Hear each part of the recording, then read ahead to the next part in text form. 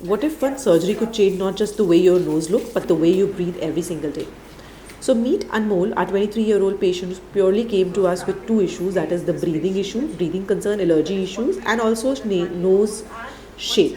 So he had a broad nasal dorsum, he had a droopy tip, and he had a right DNS, that is deviation of the septum to the right side, because of which he could not breathe properly, and because of this he had some ear problems as well.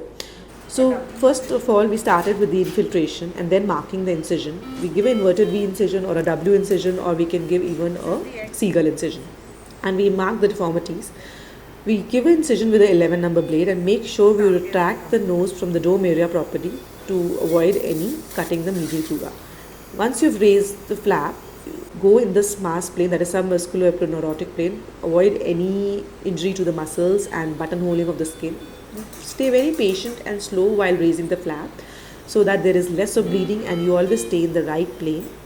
Once you have raised the flap, you try to identify the anterior septal angle, that is the anterior part of the septum, and we need to identify that for septoplasty.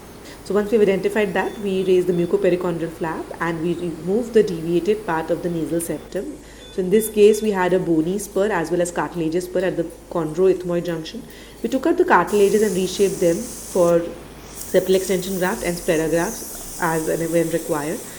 And to reshape his nasal bones, we initially used a piezo, which is an ultrasonic device, which gives a very good precision cut. And then also we use osteotome to do the external osteotomy, that is the lateral and the transverse osteotomy, as we are doing in this patient on the left side first and the right side, and we are trying to narrow down his dorsum. So once the ostomy is complete, we get a green stick fracture and we see that the dorsum looks much better and much narrower than before. Make sure once you're doing the osteotomy, you do not injure the mucosa of the nose, that you stay at a certain level to avoid any kind of complications or deformity.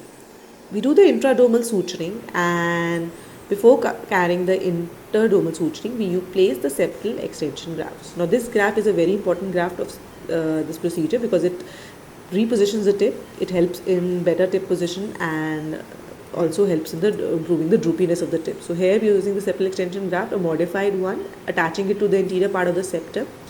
And once it is attached, then we do the interdermal suturing.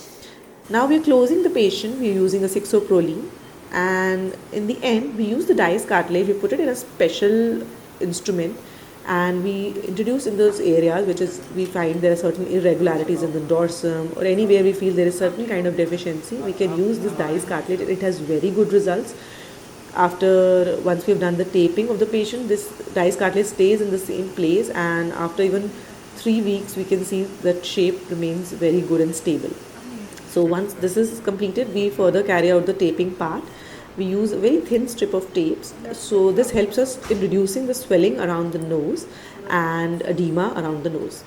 Once the taping is done, we put the nasal packs inside the nose and we put a splint on top of the nose. So that is how the whole procedure goes on, and that's the end.